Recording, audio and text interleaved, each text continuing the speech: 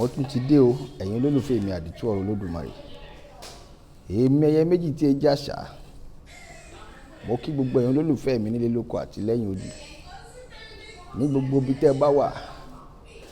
Ẹ wà ní ilẹ̀ Yorùbá.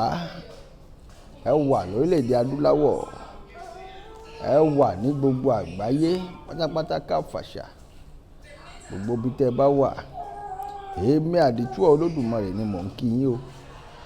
Ẹyẹ méjì tí ẹ jàṣà. Mo kẹ́yìn olólùfẹ́ mi nílé lóko àti lẹ́yìn odi. Ẹ káàárọ̀ o. Ẹ káàsán. Ẹ sì kú àjálẹ́. Gbogbo ibi tí kìkì mi bá ti bá yín. Àtàsìkò tẹ́ bá wà. Lápá ibi tẹ́yìn bá wà. Ẹ ní pòfo ẹ ní ròfo nílé ayé o. Láṣẹ Èdùmàrè. Ìdààmú ò ní jẹ́ tiyín. Ẹ ní bá wọn kú bọ́já ṣe kú tó ń tògbóró. Ẹ ní bá wọn wọlé bágùntàn ṣe wọlé tó ń ti bọ̀lọ̀bọ̀lọ̀ lọ́rùn. Ilẹ̀ ògẹ́rẹ́ afọkọ́yẹrí alápòore tó máa ráyé pè lálápòkà. Kò ní kánjú gbé yín mì bíi kàlòkàlò láṣẹ Èdùmàrè.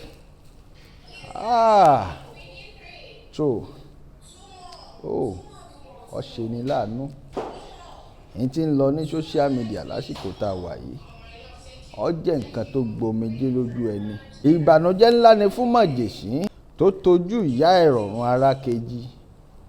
Ọmọ yín ò ní tojú yín kú o. Ní tó ṣẹ̀ṣẹ̀ ṣẹlẹ̀ lẹ́nu ọjọ́ mẹ́ta yìí. Bí àṣà àwọn eléèbó, great loss ni fún orílẹ̀-èdè Nàìjíríà.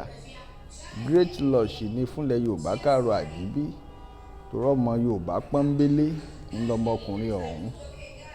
Ọmọkùnrin abẹ̀ṣẹ́kù bí òjò tó lọ sórílẹ̀-èdè Ghana tó lọ rèé figagbága pẹ̀lú ọmọ Ghana tí ń bẹ́ńbẹ́.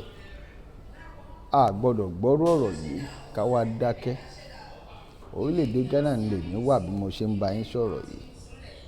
Ibẹ̀ mo ní stúdíò sí. Ibẹ̀ mo ti ń ṣiṣẹ́ lásìkò yìí. Lóòótọ́ kìí ṣe orílẹ̀-èdè kan ńlá wa takú sí o. Gẹ́gẹ́ bí iṣẹ́ tí Olódùmarè ọba gbé rìn mi àdìtú ọ̀rọ̀ Olódùmarè. À ń lọ orílẹ̀-èdè káàkiri ni.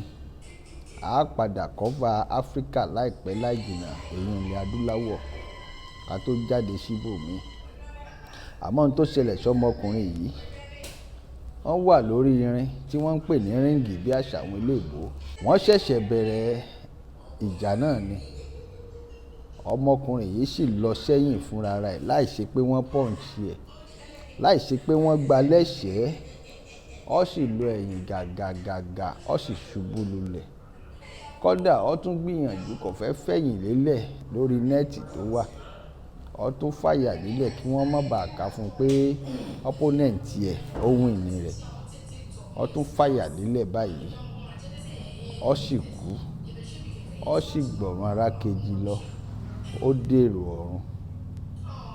Kò tójọ́ méjì tí ìyá ẹ̀ fi jáde sí social media pé kí wọ́n bóun ṣèwádìí ikú tó pa ọmọ òun. Ìyá yìí sọ síwájú pé bàbá ẹ̀ ìgbà June 12 ni bàbá ẹ̀ tó bí i ló dèrò ọ̀run ara kejì. Kódà ó láwọn ọmọ tí ọmọkùnrin tí abẹ̀ṣẹ́kù bí òjò yìí tó bí pé wọ́n kéré. Ìyàwó gan kéré. Wọ́n ṣẹ̀ṣẹ̀ bẹ̀rẹ̀ ìgbésí ayé wọn ni. Ìyá ní kí wọ́n tọpinpin irú ikú tó pa ọmọ òun kí wọ́n má wò òun níran. Àmọ́ lórílẹ̀-èdè Nàìjíríà ẹ má jẹ́ ń tàn yín. A níjọba. Kódà ìjọba ò lè ṣe nǹkan kan sí ẹ má jẹ́ ń tàn yín. Àwa tá a wà social media lápariwo síta fún gbogbo àgbáyé gbọ́. Tá a sì jẹ́ kí wọ́n mọ̀ pé a gbọ́dọ̀ mọ irú ikú tó pa ẹni yìí. Ṣùgbọ́n nígbà tèmi wo àwọn nǹkan tí àwọn Ghana police máa ń fi síta. Lónìí mo rí i pé wọ́n láwọn tí ń ṣèwádìí ẹ̀ lọ́wọ́. Ẹ dákun. Ṣé Ghana police lè ṣèwádìí ẹ̀ kí wọ́n sì ṣe dáadáa. Bá a bá fún ẹni lọ́kọ́, a roko sọ́dọ̀ ara ẹni náà ni. Kódà kò jìnnà síbi tí mo wà ní mọ́ṣúárì ibi tí wọ́n gbé sí. A ṣiṣẹ́ lórí ẹ̀. Ikú tó pa ọmọkùnrin yìí kò gbọdọ̀ pa gbé bẹ́ẹ̀. Ní Ghana ṣe ti mọ̀, òkú ò jọ wọ́n lójú. Bọ́mọ ọdún mẹ́wàá bá kú ní Ghana, wọ́n ó ṣòkú ẹ̀. Kódà kẹ́ ẹ tó rin ilé méjì mẹ́ta, ẹ rí bánà bíi 15 lára ilé tí wọ́n ó jẹ́ pé 15 years, 20 years obituary nù. Kò jọ wọ́n lójú.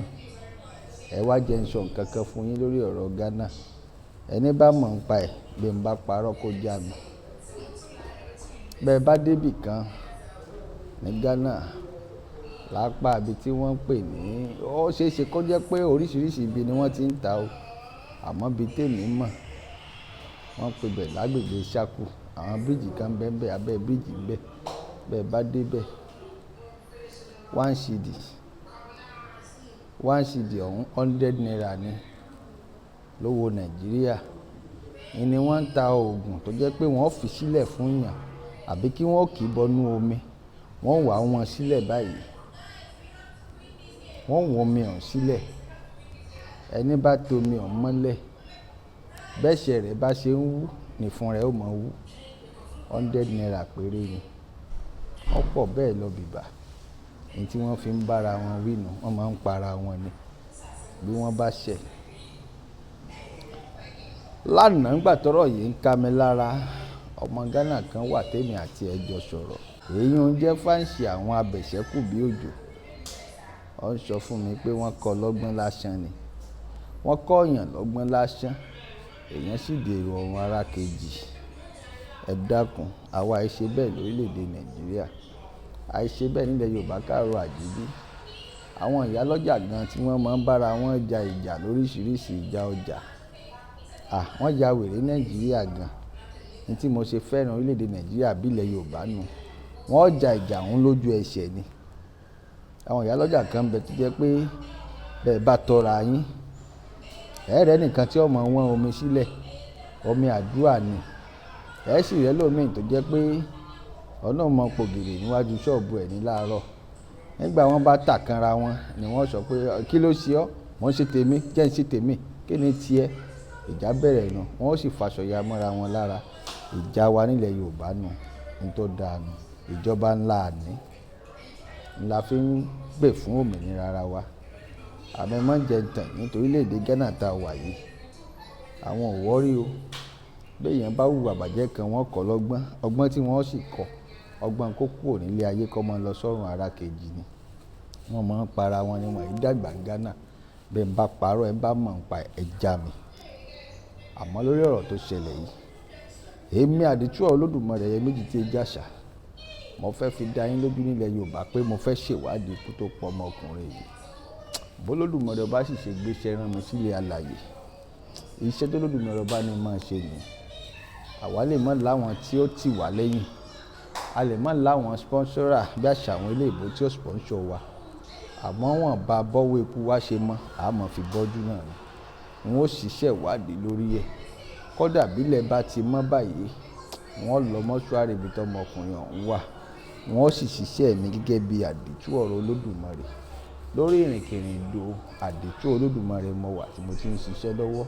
Wọ́n gbìyànjú agbára mi. Ṣùgbọ́n gbogbo ẹ̀yin bloggers wa ní Nàìjíríà, gbogbo ẹ̀yin èèyàn wa nílẹ̀ Yorùbá káàárọ̀ àjíbí, tẹ́ ẹ lè tì wá lẹ́yìn tẹ́yìn náà lè ṣiṣẹ́ lórí ẹ dákun ẹ máa ṣe. Ọmọ Nàìjíríà pọ̀ ní Ghana tí wọ́n sì lè ṣiṣẹ́ yìí, ẹ jájọ kọ́wọ́ tọwọ́ kájọ ṣe. Ikú tó pa bọ̀bọ́ yìí ò gbọdọ̀ lọ bẹ́ẹ̀. Ìyàwó ń bẹ ńbẹ̀, ọmọ ń bẹ ńbẹ̀, ọmọdé ni gbogbo wọn. Ìyá wọn ń bẹ ńbẹ̀. Ìyá yìí sọ nínú ọ̀rọ̀ ẹ̀ pé òun ní ń bọ̀ òun. Kí ló dé? Ẹ dákun. Ẹ má wo tèmi, ẹ má wo tìwà mi, ẹ jẹ́ kí gbogbo ọjọ́ ṣe. Gbogbo ẹ̀yin bloggers Nàìjíríà nílẹ̀ Yorùbá, ẹ jájọ ṣe kájọ mọ orúkú tó pọ̀ ọmọkùnrin yìí. Òótọ́ ẹni tó kú ti kú o, ẹni tó lọ ti lọ. Àmọ́ ìyá ò gbọdọ̀ jẹ ìyàwó àtọmọ tó fi sílẹ̀ sílé ayé àti ìyá ẹ̀. Ó ní ìyá, ó fi ìyá lẹ̀ sáyé. Wọ́n ní ìgbà June 12 ni bàbá tó bí lọ́dọ̀ ọ̀run ara kejì. Ọmọ lágbára o. Bàbá gbé ṣiṣẹ́ lórí ọ̀rọ̀ yìí, ìyá ó jẹ̀dílé ẹ̀ yóò jẹ́ gbé. Ghana ni ẹ ní gbọ̀n kankan. bí wọ́n bá sọ pé ṣe ló lo dúrọ́ọ̀gì ló fi kú ńkọ́. Oríṣiríṣi nǹkan ni wọ́n lè gbé jáde.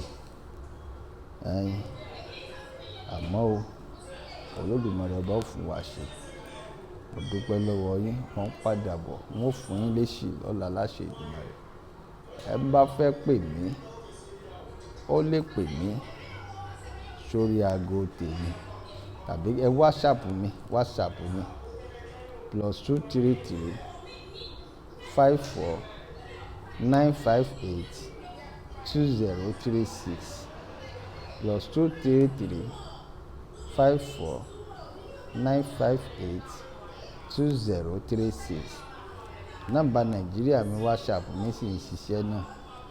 Ẹ lè WhatsApp mi sórí ẹ̀ náà +234 81 60 28 87 66 +234 81 60 28 87 66.